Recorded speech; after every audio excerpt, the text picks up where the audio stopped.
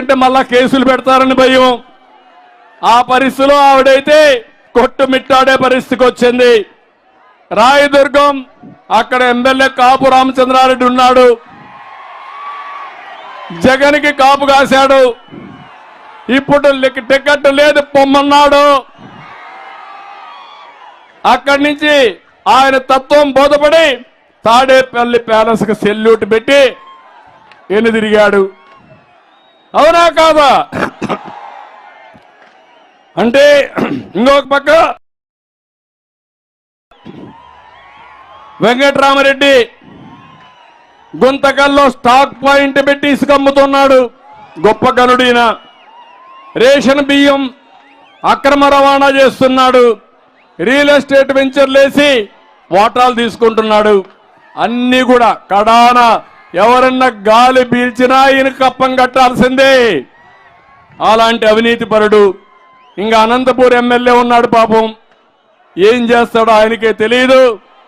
పాపం ఇంకా రిటైర్మెంట్కి వచ్చేసాడు. ఎక్కడికక్కడ చిల్లర కోట్లు కొట్టుకుంటూ ముందుకు పోయే పరిస్థితికి వచ్చాడు. నేను అడుగుతున్నా, ఇలాంటి అయారాం గయారాములు మీకు కావాలనా అని మిమ్మల్ని అడుగుతున్నా. ఇలాంటి అవినీతి పరులైన ఎమ్మెల్యేలు మీకు కావాలనా అని మిమ్మల్ని అడుగుతున్నా. ఇలాంటి ఎమ్మెల్యేస్ని ట్రాన్స్ఫర్ చేసే ముఖ్యమంత్రి మీకు కావాలనా అని మిమ్మల్ని అడుగుతున్నా. ఒక ఊర్లో చెత్త మీ ఊర్లో మీ ఇంట్లో వేసే వ్యక్తులు మీకు కావాలని అడుగుతున్నా. వద్దని గట్టిగా చప్పట్లు కూడా చెప్పండి. ఇలాంటి వాళ్ళు మాకు వద్దని. ఇక్కడికి వచ్చినప్పుడు అనంతపూర్కి వచ్చినప్పుడు అనంతపూర్కు జీవనాడు లాంటి డ్రిప్ ఇరిగేషన్ మళ్ళా తీసుకొస్తా. భైరవాని తిప్ప ఉంతకల్లు పెండింగ్ లో ఉండే లిఫ్ట్ ఇరిగేషన్ అనేది తీసుకొస్తా. సెంట్రల్ యూనివర్సిటీ పెండింగ్ ఉంది అని కూడా పూర్తి చేస్తాం. గార్ల దిన్న సింగనమల్లో షాదీఖానాలు కావాలని కంప్లీట్ చేస్తాం. బీసీలకు ఎస్సీలకు మైనారిటీలకు ఎస్టీలకు రద్దు చేసిన పథకాలు సబ్ ప్లాన్లు మళ్ళా తీసుకొచ్చి మీకు న్యాయం చేసే బాధ్యత మేము తీసుకుంటాం. జై హో బీసీ పెట్టాం. వెనుకబడిన వర్గాల పార్టీ తెలుగుదేశం పార్టీ. ఆ వెనుకబడిన వర్గాలకు అండగా నేనుంటా. మీకు న్యాయం చేస్తా. మళ్ళీ రాబోయే రోజుల్లో వెనుకబడిన వర్గాలను ఆర్థికంగా రాజకీయంగా సామాజికంగా పైకి తీసుకొచ్చి మీ రుణం తీర్చుకుంటాను. తెలుగుదేశం పార్టీని ఆశీర్వదించమని మా బీసీలకు అందరినీ కోరుకుంటున్నా. ఈరోజు షెడ్యూల్ కులాలున్నాయి, మాదిగలున్నారు. ఎప్పటి నుంచో అన్యాయం జరిగిందంటే నేను వచ్చిన తర్వాత ఏబిసిడి కేటగరైజేషన్ తీసుకొచ్చాను. దానివల్ల వాళ్ళకి న్యాయం జరిగింది. ఇప్పుడు ప్రధానమంత్రి గారు కూడా మళ్ళీ ఆయన మాట్లాడుతూ ఏబిసిడి కేటగరైజేషన్ కట్టుబడి ఉన్నామని, నేను 30 ఏళ్లకు 25 ఏళ్లకు మునుపు చేసిన దానికి వారు కూడా ఈరోజు ముందుకు వచ్చి దేశమంతా చేస్తామన్నారు. అది చాలా శుభ పరిణామం. సామాజిక న్యాయానికి మారు పేరు తెలుగుదేశం పార్టీ. అందరికీ న్యాయం చేసే పార్టీ తెలుగుదేశం పార్టీ. మాదిగలకు కూడా న్యాయం చేయబోయేది తెలుగుదేశం పార్టీ. మైనారిటీలు కూడా హామీ ఇస్తున్నా, మీకు కూడా న్యాయం చేస్తామని చెప్పి నేను మీకు హామీ ఇస్తున్నా. విదేశ విద్య పెట్టాం. ఇమాములకి మౌజములకి ఆందోళన ఇచ్చాం. సబ్ ప్లాన్ తీసుకొచ్చాం. షాదీ ఖానాలు కట్టాం. ఆజ్ హౌస్లు కట్టాం. మళ్ళా మీకు న్యాయం చేస్తామని మీకు కూడా హామీ ఇస్తున్నా. ఇవి కాకుండా గండికోట, నిట్టూరు, బుక్కాపురం లిఫ్ట్ ఇరిగేషను ఇవన్నీ కూడా పూర్తి చేస్తాం. చిత్రావతి నదిపై తాడిపత్రి పులివెందుల బ్రిడ్జ్ నిర్మాణం కూడా పూర్తి చేస్తాం. ఉరవకొండలో అనంతపూర్ జిల్లాలో చేనేత కార్మికులు ఎక్కువ ఉన్నారు. చేయూతనిచ్చే బాధ్యత తెలుగుదేశం పార్టీదని చెప్పి కూడా నేను మీకు తెలియజేస్తున్నా. జీడిపల్లి రిజర్వాయర్కి నష్టపరిహారం ఇవ్వడం, వాళ్ళందరినీ కూడా పైకి తీసుకొచ్చే బాధ్యత, వాళ్ళకి నష్టపరిహారం ఇచ్చే బాధ్యత తెలుగుదేశం పార్టీ తీసుకుంటాం. అనంతపూర్ ఎప్పుడు కూడా నాకు ప్రాధాన్యత ఉండే జిల్లా అనంతపూర్ జిల్లా.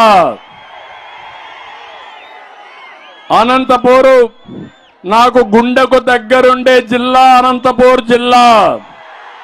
దీనికి కారణం వెనుకబడిన వర్గాలు ఎక్కువ ఉండే జిల్లా, పేదవాళ్ళు ఉండే జిల్లా. ఈ జిల్లాలో పేదరికాన్ని నేను ప్రత్యక్షంగా చూశాను. ఒకప్పుడు నీళ్లు లేక 10 సంవత్సరాలు, 8 సంవత్సరాలు, 7 సంవత్సరాలు వేరుశనగ ఎండిపోతే, పంట రాకపోతే మొట్టమొదటిసారిగా చరిత్రలో వేరుశనగ పంటకు ఇన్పుట్ సబ్సిడీ ఇచ్చిన పార్టీ తెలుగుదేశం పార్టీ. రైతాంగాన్ని ఆదుకున్న పార్టీ తెలుగుదేశం పార్టీ. రైతులు పశువుల్ని మేపుకోలేకపోతే కరువు వచ్చినప్పుడు క్యాంపులు పెట్టిన పార్టీ తెలుగుదేశం పార్టీ. అక్కడి నుంచి నాకు దీక్ష పెరిగింది, పట్టుదల పెరిగింది, నీళ్లు తేవాలని ఆకాంక్ష పెరిగింది. అదే అంద్రీనీవా. ఆ అంద్రీనీవాలో నీళ్లు వచ్చిన తర్వాత ఒకప్పుడు జిల్లాలో చెట్లే కనపడేటివి కాదు. ఈరోజు చెట్లు వస్తున్నాయి, పంటలు వస్తున్నాయి, హార్టికల్చర్ పంటలు వస్తున్నాయి. ఒకే నా జీవిత ఆశయం, ప్రతి ఒక్క ఎకరాకు నీళ్లు ఇచ్చి ఈ జిల్లాలో పేదరికం లేకుండా చేసి ప్రతి ఒక్క రైతు తన పొలంలో బంగారు పండించే వరకు మీకు అండగా నేను ఉంటానని మరొక్కసారి హామీ ఇస్తున్నా. అది చేస్తా. అయితే అది జరగాలంటే ఈ జిల్లాలో మిమ్మల్ని అడుగుతున్నా, ఈసారి మీరిచ్చే ఫలితాలు జగన్కి దిమ్మ తిరగాలి, టీడీపీ జెండా ఎగరాలి, వైసీపీ జెండా భూస్థాపితం కావాలి. సిద్ధమా మీరు అడుగుతున్నా? సిద్ధమైతే చేయొచ్చు చెప్పండి, సిద్ధమని చెప్పండి. తమిళలో అనంతపూర్లో విద్యుత్ ఉండే ప్రజానీకం ఉండే జిల్లా. ఈ జిల్లా నుంచే నేను అడుగుతున్నా మిమ్మల్ని, గ్రామ గ్రామాలు ఒకటి కావాలి, కుటుంబాలు ఒకటి కావాలి, కులాలకు మతాలకు ప్రాంతాలకు అతీతంగా అందరం ఒకటి కావాలి. రాజకీయ పార్టీలు కాదు, మనందరి ధ్యేయం మన భవిష్యత్తు. మీరు కలవండి, అందరూ ఒకటి అవ్వండి. మళ్ళీ నేను చెప్పాను, నెంబర్ 1 కమ్యూనిటీగా తెలుగు కమ్యూనిటీని తయారు చేసే బాధ్యత నాదని మరొకసారి మీ అందరికి హామీ ఇస్తున్నా. నేనేదో మాటలు చెప్పడం కాదు, చేసి చూపించాను. మీ కళ్ళ ముందర నమూనా కనబడుస్తా ఉంది. మీ ఊర్లో ఉండే ఒక ఐటీ విద్యార్థి ఎక్కడ పనిచేస్తామన్నా కనుక్కోండి. దానికి పునాది ఎప్పుడు ప్రారంభమైందో ఒక్కసారి మీరే అర్థం చేసుకోండి. ఆ పునాది వేసింది నేనే. ఆ పునాది మీద పెరిగారు, ఈరోజు బ్రహ్మాండంగా రాణిస్తున్నారు. హైదరాబాద్లో నాలెడ్జ్ ఎకానమీకి పునాది వేసింది నేనే. ఈరోజు హైదరాబాద్ బ్రహ్మాండంగా అభివృద్ధి అవుతా ఉంది. మళ్ళీ ఆంధ్రప్రదేశ్లో ఉండే ప్రతి ఒక్క వ్యక్తిని పైకి తీసుకొచ్చే బాధ్యత తెలుగుదేశం జనసేన తీసుకుంటామని మరొక్కసారి హామీ ఇస్తున్నా. దీనికి మీరు సిద్ధమా అని మిమ్మల్ని అడుగుతున్నా. దీనికి సైకో పాలన పోవాలా లేదా అని మిమ్మల్ని అడుగుతున్నా. ఇబ్బంది పెట్టిన వాడిని వదిలిపెడదామా అని మిమ్మల్ని అడుగుతున్నా. అందుకే నేను ఇప్పుడు అడుగుతున్నా, అనంతపూర్ రైతుల సంక్షేమం కోసం అంటే కదిలి రాని పిడికిలి బిగించి మీరు చెప్పాలి. వైజాగ్లో సిద్ధమన్న వ్యక్తి గుండెల్లో రైళ్లు పరిగెత్తాల్సిన అవసరం ఉంది. నువ్వు సిద్ధమైతే మేము కూడా సిద్ధంగా ఉన్నాం, నిన్ను దింస్తామని.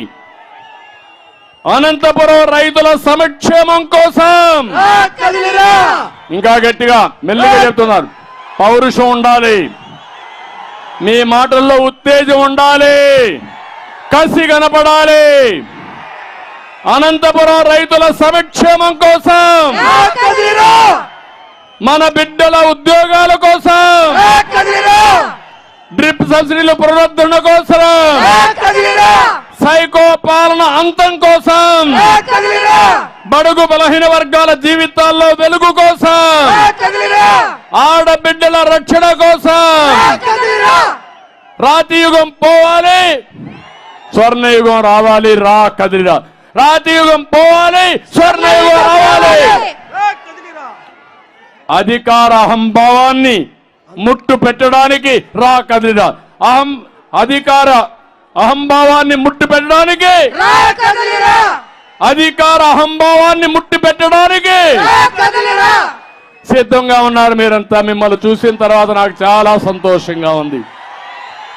ఎన్నోసార్లు వచ్చాను కానీ ఈసారి నేను వచ్చింది ఒక మిషన్ అప్రోచ్ తో వచ్చా, ఒక పర్పస్ కోసం వచ్చా. రాజకీయ మీటింగ్లు మళ్ళీ మాట్లాడతారు, కానీ ఈరోజు వచ్చింది మీలో ఒక బాధ్యత పెంచాలని వచ్చాను. నేను ఏం చేయబోతానో చెప్పడానికి వచ్చాను. నేను ఒకటే చెప్తున్నా, ఇంత మునుపు 30 ఏళ్లలో చేసిన పనులు మళ్ళీ 5-10 ఏళ్లలో చేసి మీ రుణం తీర్చుకుంటా. ఆశీర్వదించమని మరొక్కసారి అందరినీ కోరుకుంటూ చేస్తారని చెప్పి అందరికీ విజ్ఞప్తి చేస్తూ అందరికీ నా నమస్కారాలు. తెలుగుదేశం జనసేన అంటే వర్ధిల్లాలి.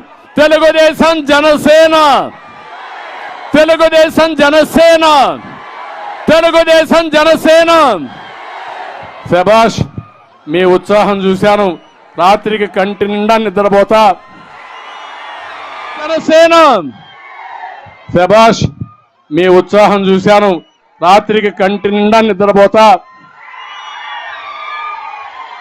ఏదైతే నేను అనుకున్నానో అవన్నీ చూస్తా ఉంటే ఒక నాయకుడికి దీనికంటే ఏం కావాలని అడుగుతున్నా.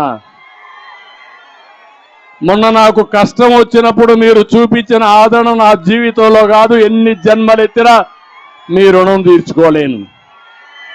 ఈ రాష్ట్రంలోనే కాదు, వేరే రాష్ట్రాల్లో, వేరే దేశాల్లో, 70-80 దేశాల్లో మీరు స్పందించారంటే దానికంటే ఏం కావాలో ఒక నాయకుడుగానే అడుగుతున్నా.